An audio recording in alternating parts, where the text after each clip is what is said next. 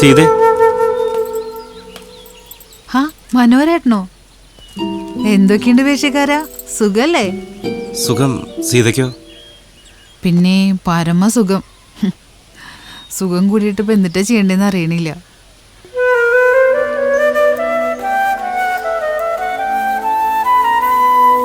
അപ്പോ സുഖവിവരങ്ങളൊക്കെ ചോദിച്ചറിഞ്ഞ സ്ഥിതിക്ക് ഞാൻ പോട്ടെ.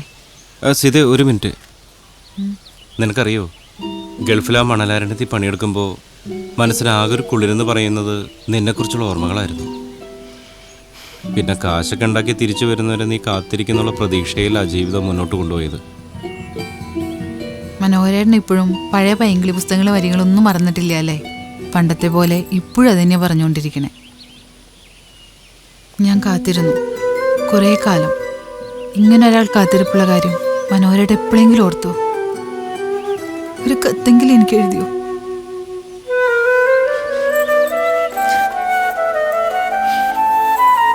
ഞാൻ പോട്ടെ. ഇവിടെ വർത്താനം പറഞ്ഞെന്നാ നാളെ ചിലപ്പോൾ ഈ പണിയും പോവും.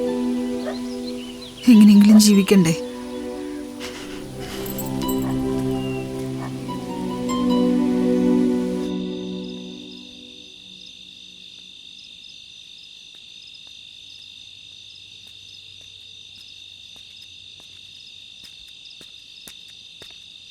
എന്തേ, കുടിക്കാനൊന്നും പോയില്ലേ? കയ്യിലൊന്നും ഉണ്ടാവില്ല അല്ലേ?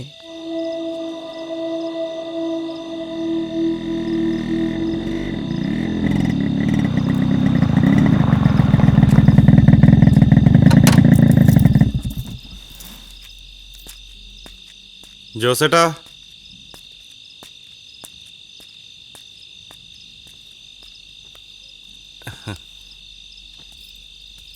എന്താ മനോഹര ഈ വഴിക്കൊക്കെ?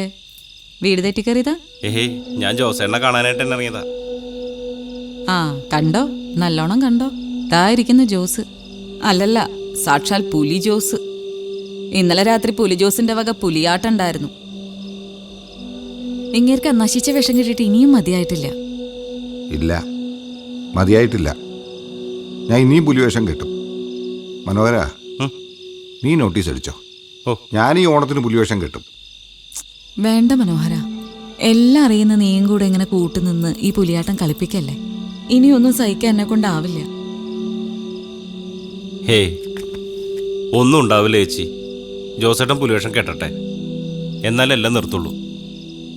ഇല്ല മനോഹര, ഇങ്ങേര് ഒരിക്കലും നേരെയാവില്ല. നോക്കിക്കോ, ഇങ്ങേര് കുടിച്ചിട്ട് ആ പരിപാടി നശിപ്പിക്കും. ജോസ് ഒരു കലാകാരനാണ്, പുലിവേഷം കെട്ടണ കലാകാരൻ. സ്വന്തം മനസ്സും ശരീരം കൊണ്ട് പുലിയാവണ ജോസിന് വീണ്ടും ആ വേഷം കെട്ടാൻ ചാരായത്തിൻ്റെ കൂട്ട് വേണ്ട. നീ കേട്ടോ, ജോസ് കുടി നിർത്തി. ഇനി പുലിവേഷം കെട്ടി ആടണവരെ മദ്യം കൈകൊണ്ട് തൊടില്ല.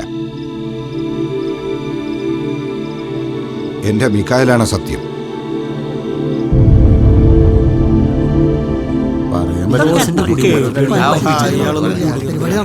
ജോസ് കുടി നിർത്തിയെന്ന് പറയണതും കോഴിക്ക് മുല വരുന്നത് ഒരുപോലെയാണ്. നീ നടക്കണ കാര്യം വല്ലതും പറയണ്ട മനോഹര. അല്ല, ഇത് അയാൾ ഉള്ളിൽ തട്ടി തന്നെ പറഞ്ഞതാ.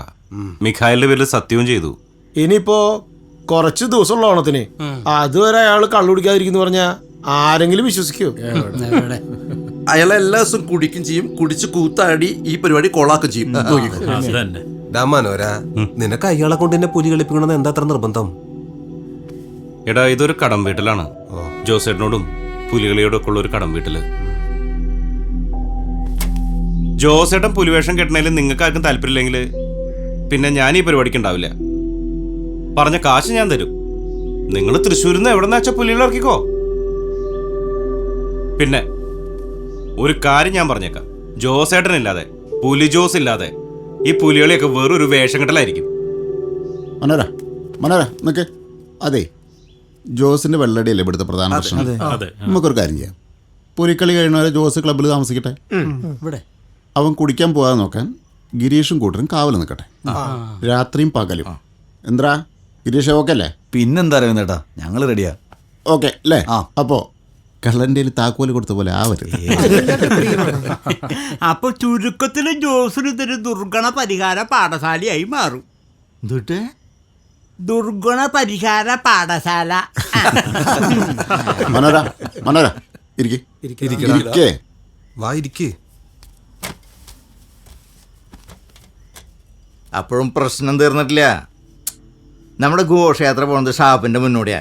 അതുകൊണ്ട് ഇത്ര ദിവസം കുടിക്കാണ്ടിരിക്കണ ജോസ് ഷാപ്പിന്റെ മുന്നിലെത്തിയ പിന്നെ ഒന്നും നോക്കില്ല. ആവ മുങ്ങും ഉറപ്പാ. അതുറപ്പാ. പുലിക്കളി നിർത്താൻ അതിനൊരു പണിയുണ്ട്. നമുക്കൊരു കൂട് പണിയാം. ഒരു പുലിക്കൂട്. ജോസ് അതിനുള്ളിൽ കിടന്ന് കളിക്കട്ടെ. കൂടിനുള്ളിൽ ചാടി പറയണ പുലി, പുറത്തൊരു വേട്ടക്കാരൻ. എങ്ങനെയുണ്ട്? ശരിയാ, കാണുന്നവർക്ക് സംഗതി ഇഷ്ടാവും. അങ്ങനെ അച്ഛൻ ഒരു കാര്യം കൂടി ചെയ്യാം. ജോസ് കൂണ്ടുള്ളിൽ കേറിയ നമ്മൾ കൂടങ്ങ് അടയ്ക്കും. പിന്നെ പരിപാടി കൂട് തുറന്നാ മതി. എന്തേ എങ്ങനെയുണ്ട്? അത് കൊള്ളാം. അതൊരു പൂട്ട. ജോസിനെ പൂട്ടാൻ 1 നമ്പർ പൂട്ട്. ഈ കാഴ്ച ബംഗ്ലാവിൽ കൂട്ടിക്കിടക്കണ പുലിയെ കണ്ട് നമ്മൾ കൈയടിക്കും, വിസിലടിക്കും. പക്ഷെ കമ്പിക്കുള്ളി കിടക്കണ അതിൻ്റെ സങ്കടം നമുക്കറിയില്ലല്ലോ. അരവിന്ദേട്ടാ, അതുപോലെ ആവില്ലേ നമ്മുടെ ജോസേട്ടനും? എന്റെ മനോര, അതിന് ജോസിനെ നമ്മൾ സ്ഥിരമായിട്ട് കൂട്ടിൽ പൂട്ടിയിടാൻ പോലല്ലോ. ഘോഷയാത്ര കപ്പേള കവലിലെത്തിയ ജോസിനെ നമുക്ക് തുറന്നുവിടാം. പിന്നെന്താ? വേഷം കെട്ടിയ പിന്നെ ജോസേട്ട ശരിക്കുള്ളൊരു പുലിയാവും. വീര്യവും ശൗര്യമൊക്കെ ഉള്ള പുലി. പിന്നെ ആ പുലിയെ തിളയ്ക്കാൻ ഈ കൂട് മതിയാവില്ല.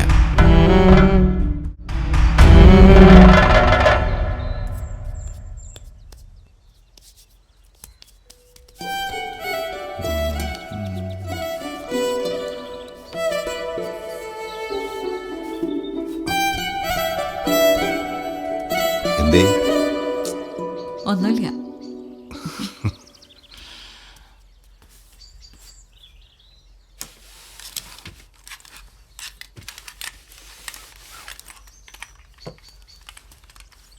ഞാൻ തേച്ചുതരാം.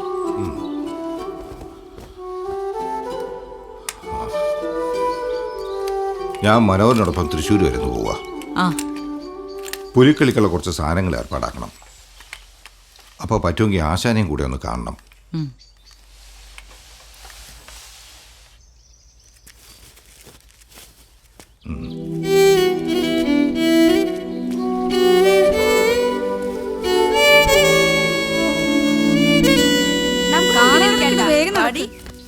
എനിക്ക് കണ്ണൊന്നും എഴുതണ്ട. ഒന്ന് വേഗം വാ പിള്ളേരെ. ഞാൻ വരാം. അമ്മൂമ്മയുടെ വാട ചക്ക വരുന്നു. ഡി, എനിക്ക് ജോസേട്ടനെ കൊണ്ട് സ്ഥലം വരെ പോവാണ്ട്.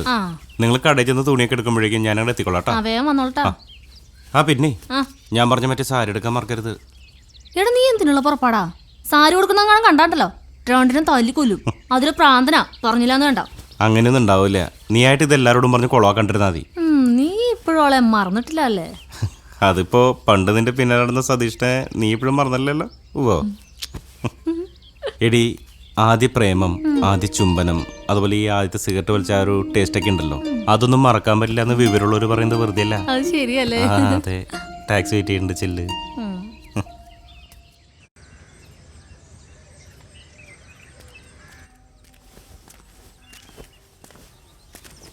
ആശാനെ,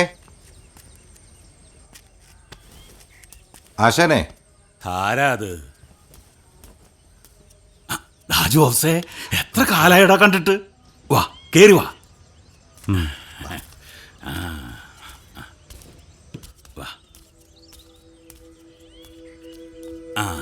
എന്തൊക്കെയുണ്ടാ ജോസേ വിശേഷങ്ങള്? ആശാനെ, ഞാൻ ഈ വർഷം പുലി കെട്ടുക. നന്നായി. നീ പുലി കെട്ടാന്നറിഞ്ഞേലേ സന്തോഷായിറ എനിക്ക്. നിന്റെ ആശാനാണെന്ന് എന്ന് എവിടെയും പറഞ്ഞേലേ എനിക്ക് അഭിമാന. പുലിക്കളിക്കല്ലാതെ സ്വന്തം ശരീരം ക്യാൻവാസ് ആക്കണ ഏത് കലയുണ്ട ഈ ലോകത്തില്? ആ കലയില് സൂപ്പർ സ്റ്റാർ അല്ലട നീ. ഒരു കലാകാരൻ എന്നും കലയാവണം ലഹരി. അത് മറന്നാ പിന്നെ ആ കലാകാരൻ ചത്തേന് തുല്യ. ഞാൻ പറഞ്ഞത് മനസ്സിലായില്ലേ എനിക്ക്? അതുകൊണ്ട് ലഹരിയില്ലാത്ത മനസ്സും ശരീരമായി നീ പുലി കളിക്ക്. ഞാനില്ലെങ്കിൽ എന്റെ പിള്ളേരുണ്ടാവും നിന്റെ ഒപ്പം.